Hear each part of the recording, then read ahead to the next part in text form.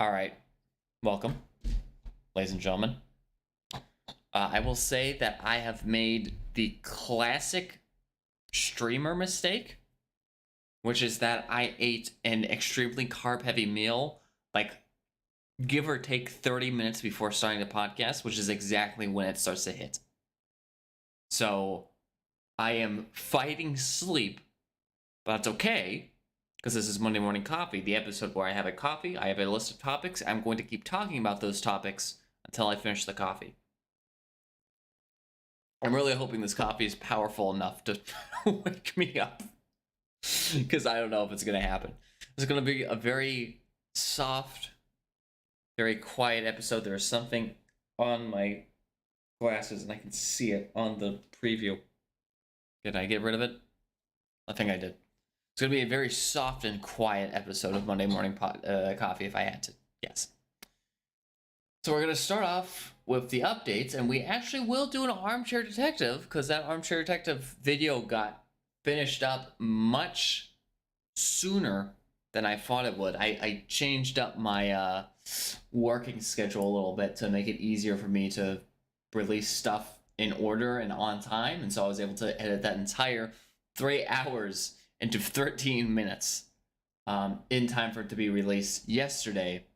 So we will be doing a new we will be doing a new Armchair Detective segment for this episode. Like I said, I'm very tired. Might be a shorter one. I don't know if we're going to be able to do a full one today, but we'll still do it. In terms of updates all across the board, starting with this channel, as always, that first Roblox Classic Maps series has been edited. I think that is the first 2 streams of Roblox Classic Maps have been edited into that video that came out on Saturday. There are, I think, a couple more that are still on the list, right? There's the Charity Week one, which I didn't add to that, and then there's also the Clay People one, which we did after that was all edited and ready. Shorts are still going. I think we're on the tail end of editing Half-Life Alyx stuff, which means that the next one is going to be a bunch of BeamNG related. It looks like we have just a ton of BeamNG content. That was back when like BeamNG stuff was freaking out. I now know how to edit it in order for it to not freak out on Capwing. Capwing is now freaking out for my newest edit, which is the Laugh You Lose challenge that we did. I keep wanting to do moving zooms to make it funny, because it's like zooming in on my face as I'm about to laugh at parts. But the moving zooms stopped working last week, and they haven't fixed it. It just crashes on the software. So if you guys know any good editing software that allows for smart cuts, or just being able to cut a bunch of stuff so it's only the like audio frequency or audio peaking parts, because that's the main thing I use Capwing for, that isn't available for most of it. It's not available in Shotcut. It's not available in a lot of other tools I've tried to use. And I've tried doing the because there's a separate software that will edit it for you in that way, and then you move it over into something like Shotcut or Adobe, but I never got that to work, the import to work correctly. So I still have no idea if there's any other services that use that. That's the main reason for me using Capwing, and I usually enjoy Capwing. It's just a bit buggy, but from what I understand, pretty much every editing software is a bit buggy, so I guess it's not really a Capwing thing per se. Let me think. So that's all that stuff. I think I covered all the given sections here. For the creative side of things, I noticed something very embarrassing this morning, which is that for all the Pinterest related stuff regarding Phil and the Rhythm, which by the way is back, it's back to its regularly scheduled stuff after being gone and missing for 3 weeks. We're back to weekly uploads for Phil and the Rhythm. But I noticed on Pinterest that for Phil and the Rhythm, the link was dead. So we got like 400 or so link clicks to Phil and the Rhythm through Pinterest, like 400 to 1,000 link clicks. I was curious at the time because I was like, wait a minute, there's so many link clicks, but nobody's going to watch the show. Why is that? And so I tried going to Pinterest and I clicked the link and it was a dead link.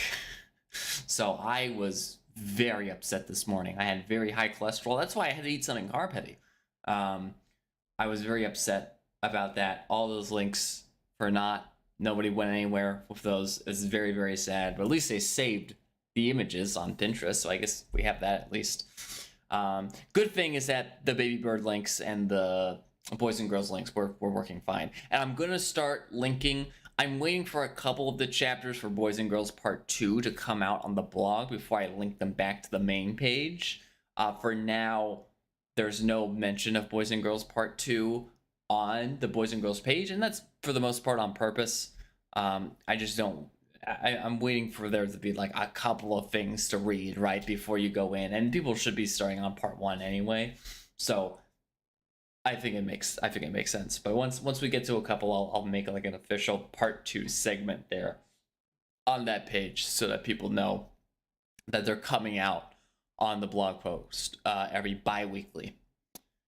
And in terms of that, and then Guardians of Amphia is still going on the Substack, but I mean, who cares about the Substack? No, I'm kidding. Everybody loves the Substack. I sound so sarcastic when I'm tired. I'm sorry. So that's Feeling the Rope Uncovered, Boys and Girls Part 2, still going bi-weekly. I have the newest chapter finished, but I think I actually still have some lead time on this, which is great. I'm not rushing to finish something on time. It's a very new to me. I've not had this experience in a while.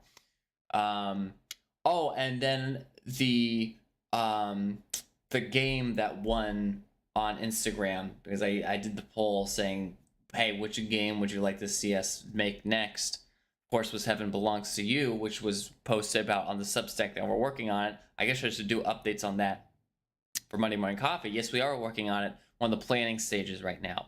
So we need to plan out because it's decision-based visual novel sort of stuff. We have to plan out all the different decisions. And then from there, we make the artwork and music. And then from there, we just kind of slap it all together in Ren'Py or some other, Ren'Py, I guess, because it's Python.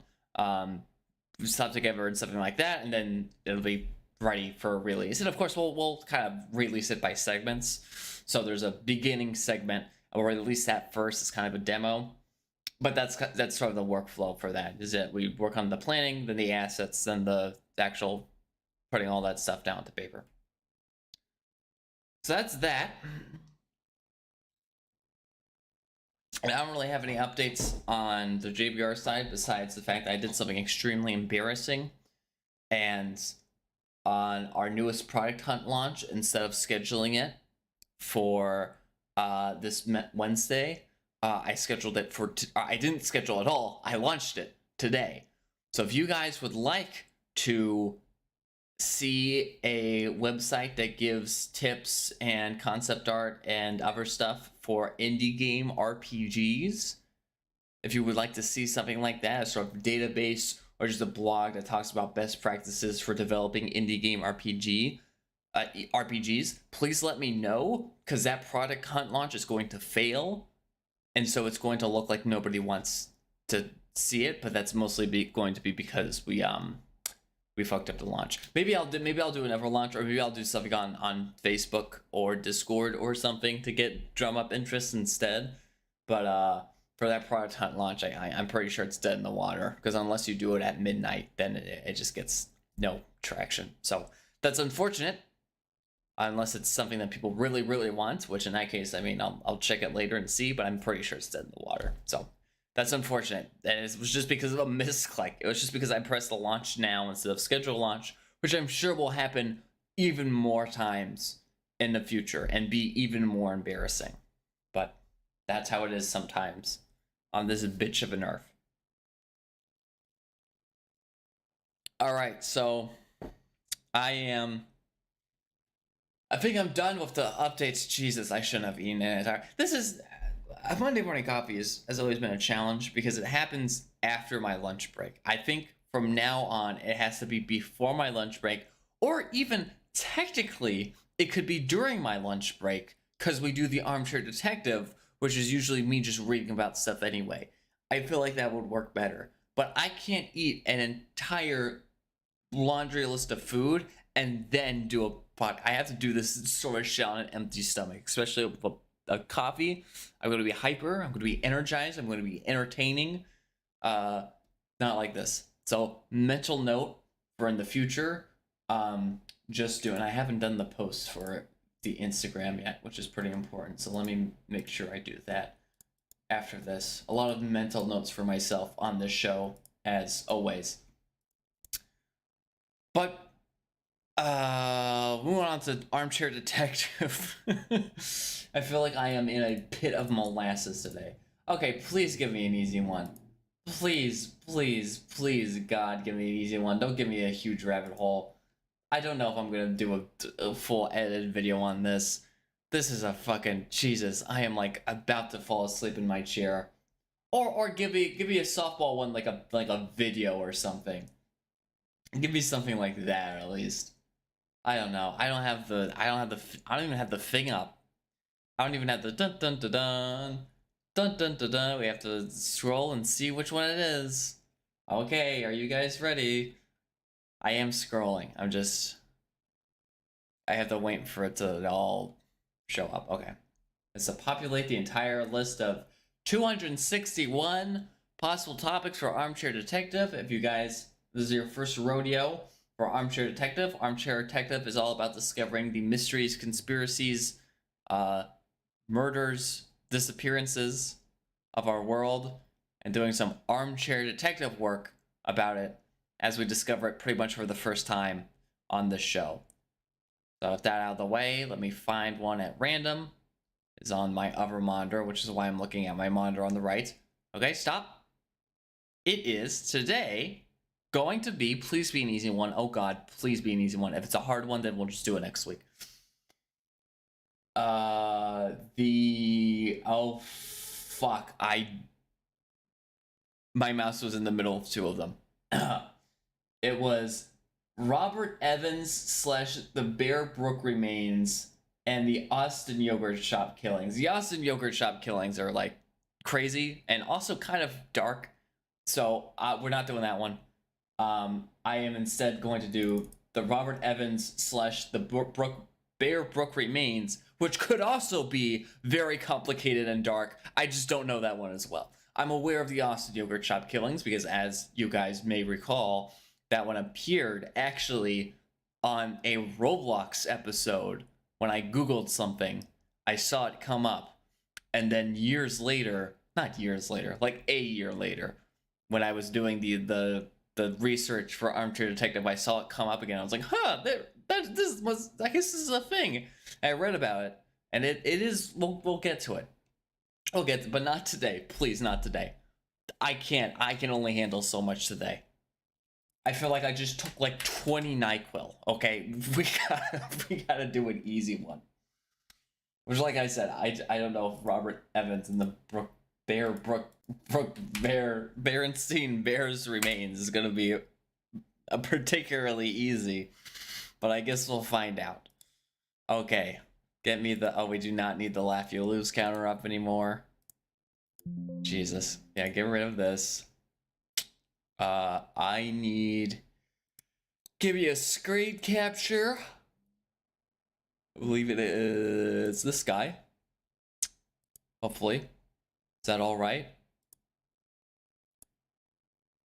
I guess it's not, because it's not showing anything. Unless this is hidden. Yes, it is. Okay, there we go. So here's my search here for, this is exactly how I had it on the Notion database. It said Robert Evans / the Bear Brook Remains, although there's probably two separate Bear Brooks murders and then something relating this Robert Evans guy, which I guess he is in the Wikipedia article. So I guess we'll start with the Wikipedia article, and Jesus Christ, that looks horrifying. Okay, so I'm seeing a lot of missing children, unidentified child. Wait, what? Oh, they found the remains, I guess. Okay, wait a minute. Alright, this is interesting. The Bear Brook murders, also referred to as the Allenstown 4. Oh, wait. This is important. This is our first murder-related one. I'm just now realizing that. This is the first murder list that we've ever done. We've done conspiracies, we've done ghosts, we've done supernatural. We have not done a just straight up murder before. Which I don't know if I'm in the mental capacity to take an actual real life murder super seriously and super well. Especially since this is probably like the most important content to do as a detective, for you to get the right correct answer. And like I said, I'm off like 50 Zans right now. He's off the perk 30. And by a perk 30, I mean an entire foot-long sandwich. That's what I ate for lunch. I'm doing fasting now. So it's like I only get to eat for so long. So you gotta like put all your food into one basket per se, and that one basket is lunch. But I might need to work on that. Okay, what is this about? The Allenstown 4. I'll just call it the Allenstown 4. That's so much, that rolls off the tongue. Allenstown 4, Allenstown 4, Allenstown 4, in comparison to Bearbrook Murders, Bearbrook Moors, Bearbrook Moors, yeah. I'm calling it the Allenstown 4. Or the Allenstown place where bad things happen. We'll just call it that. Our female murder victims discovered... Oh, 2 discovered in 1985 and 2 discovered in 2000. Interesting. In Bear Brook State Park in Allenstown, New Hampshire, United States. All sorts of weird shit going on in New Hampshire. Yeah, let's look more about Bear Brook State Park, the history. All 4 victims were either partially or completely skeletonized. They are believed to have actually died between 1977 and 1981. So I guess the partially skeletonized ones were discovered in 1885, and the completely skeletonized ones were discovered in 2000. That makes sense. Investigators, in 2017, this is way later, named Terry Peterson Rasmussen as the most likely subject, which is, I guess his alias is Rob Evans, which is how we got the Rob Evans in the Notion database. But by the way, did I... Hold on. Real quick.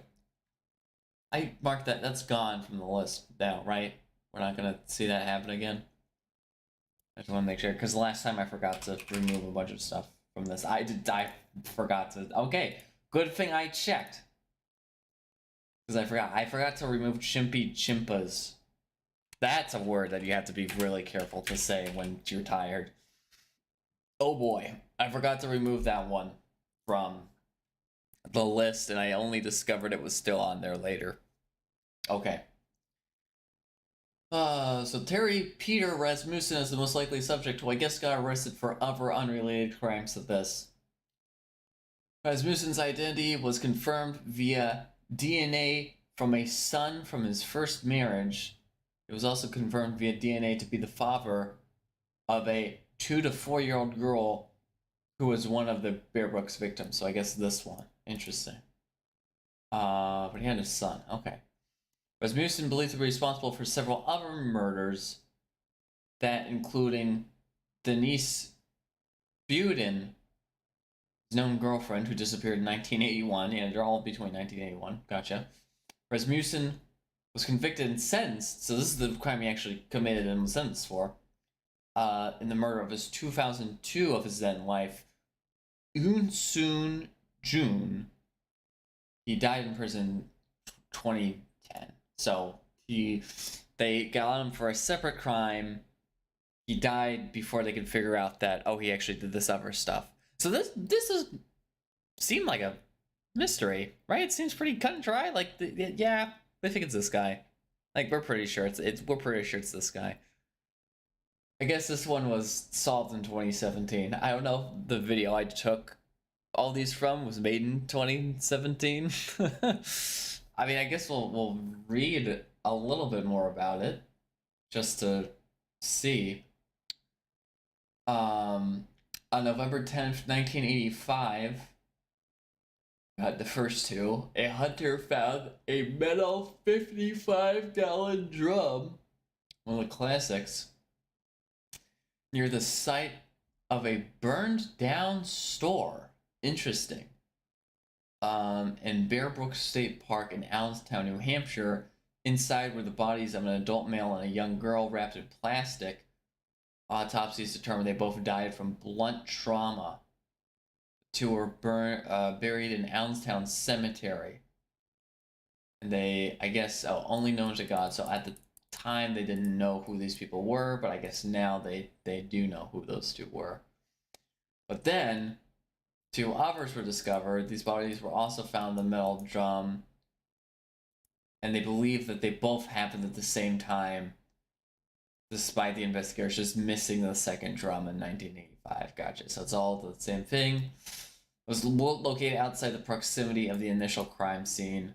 And these are, I guess, the other two children. So they all just died at the same time, and then were just split into separate drums. Gotcha.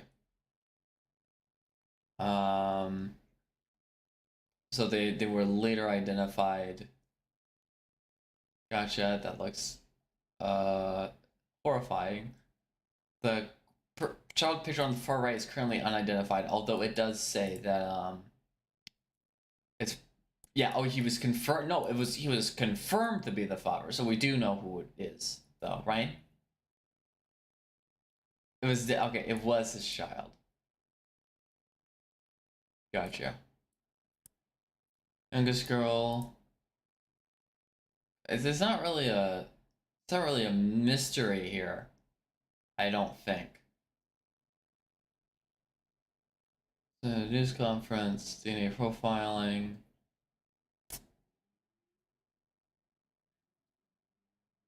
Okay. The non-related child most likely originated from Arizona, Texas, California, or wait, but they know who the. Wait, these are in out of order. Okay, I understand. Oh, in 2017. So alongside all of the other stuff. Wait, Robert Evans.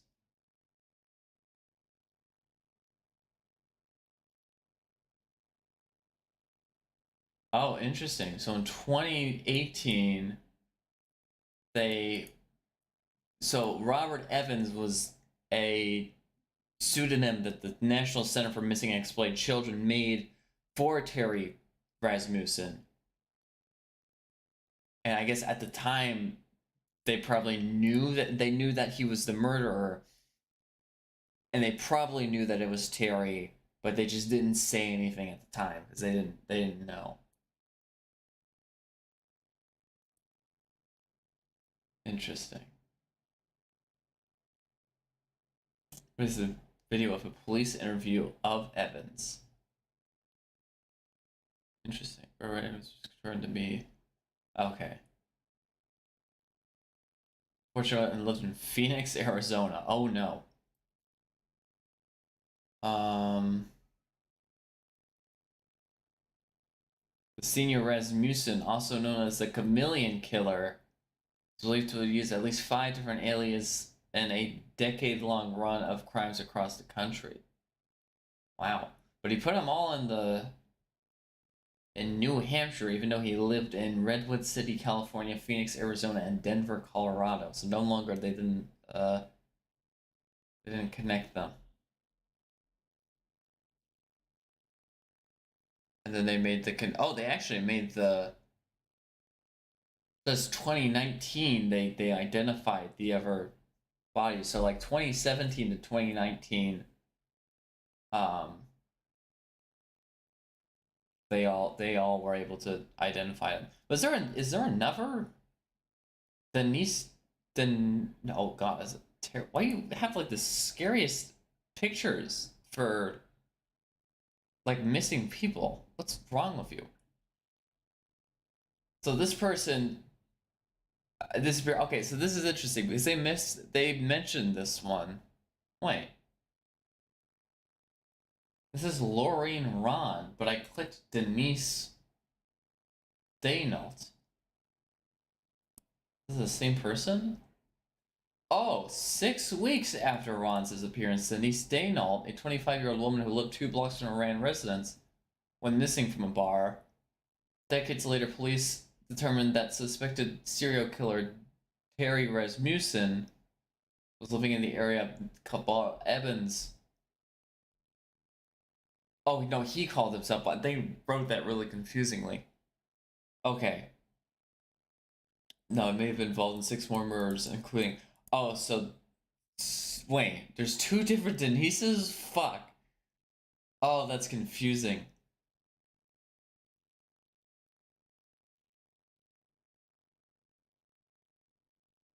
Interesting. So this person they think may have been murdered by him. Oh, this guy basically just murdered a bunch of people.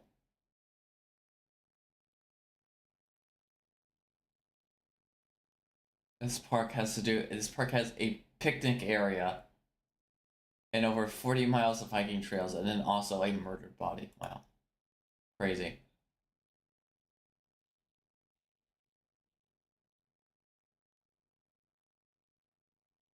Okay, so it seems like all this actually ties back into Robert Evans, who seems to be the more interesting case here.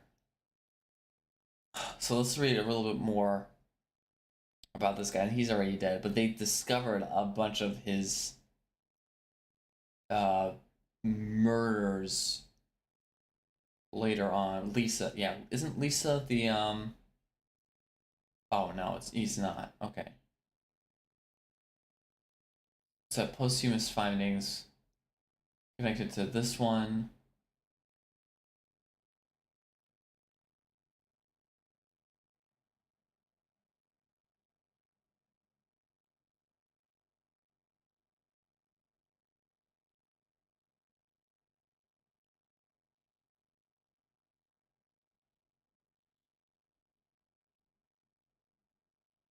Suspected and other. Yeah, okay, so this lady is connected to the other murders, but they don't know for sure. No evidentiary connection between him or the Ron one. Another one in Manchester. Where's Manchester? Where are these places? So he did live in Manchester, New Hampshire. So he seemed to have killed most of his people when he was in New Hampshire, even though he lived in like Denver, Colorado, and was in these other areas for so long. That's interesting. Growing up in Phoenix, Arizona, yeah, that would do that to a man. Um,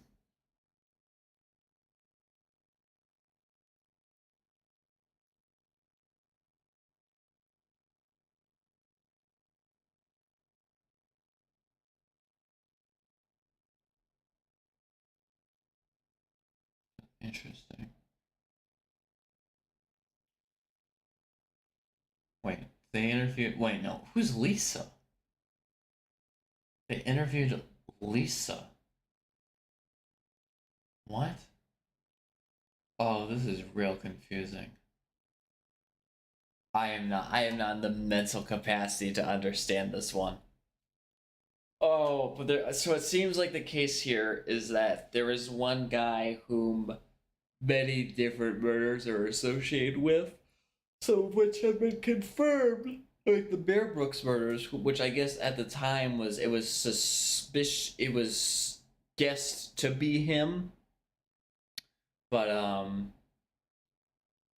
now has been confirmed to be him. And then there's these other two, the Denise Daynault one, not the Denise whatever, which is I guess is the confirmed. Oh, Denise Buden, which is confirmed to be him.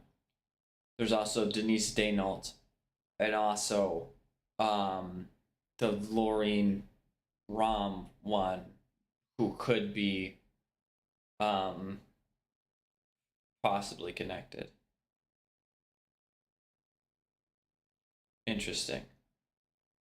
They believed, assigned to Ron's case, believe foul play is involved. Which is foul play like a legal term? Oh, it just means that it was a crime. If you say foul play, interesting. Well, I'm gonna go ahead and stop it right there. I don't think that one's gonna turn into a full on Armchair Detective episode. I am just out of it.